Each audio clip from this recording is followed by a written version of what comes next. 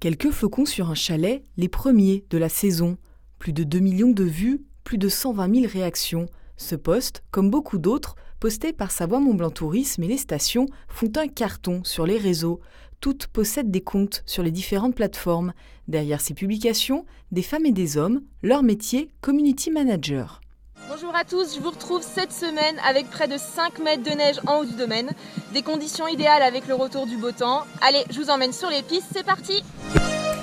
La Rosière 1850. La station familiale a créé un poste dédié il y a 1 an. Depuis, sa communauté a doublé sur les réseaux sociaux. Justine partage ses journées entre les pistes et le bureau. Le matin, je vais regarder un peu ce qui se passe sur les réseaux, je vais répondre aux commentaires, aux messages de la communauté.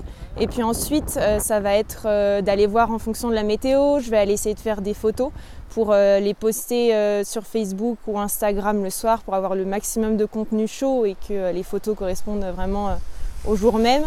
Ensuite, je vais aller faire des vidéos. En fait, mon rôle, ça va vraiment être d'accompagner la communauté, même avant même qu'elle soit en fait sur la Rosière. C'est-à-dire qu'on va répondre aux questions sur est-ce qu'il faut, comment est l'état des routes, est-ce qu'il faut que je prenne mes pneus neige, quel est le temps là-haut, quelles sont les pistes ouvertes. Un vrai choix de communication pour l'office de tourisme. Aujourd'hui, les réunions se font portable en main. On n'a pas parlé, Justine, mais je trouve que c'est bien d'avoir un petit mot italien.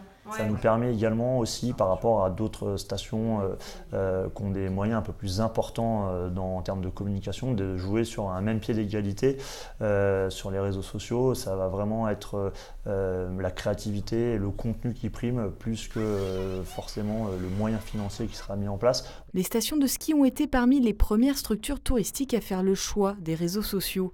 Aujourd'hui, leurs communautés sont parmi les plus nombreuses de France.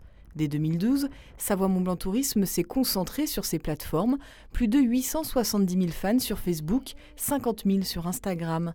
La puissance de ces nouveaux canaux de diffusion, en France et à l'international, est colossale. Une dizaine de personnes, dont Céline à temps plein, s'emploient à les faire vivre au quotidien. Et l'intérêt des réseaux sociaux, c'est qu'on peut justement aujourd'hui vraiment adapter le contenu en fonction de la cible marketing qu'on a définie. Donc on va parler à des gens qui aiment bien les sports extrêmes ou adrénaline. On va leur parler de manière spécifique. On peut le faire grâce aux possibilités publicitaires de Facebook. Il y a des choses qui marchent très bien sur tous les marchés. Voilà. Mais après, on se rend compte aussi qu'il y a des postes qui marchent moins bien, qui marchent très bien sur le français et qui ne marchent pas du tout sur la Grande-Bretagne. On voit par exemple que les Anglais, ils aiment le grand ski, la poudreuse, les grands espaces.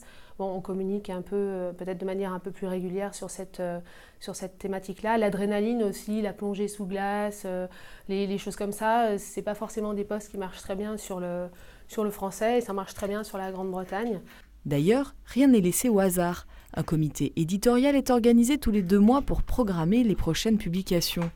Après la course à l'enneigement et aux ouvertures de pistes, voici venu le temps de la bataille aux followers pour les stations, à grands coups de smileys et de hashtags.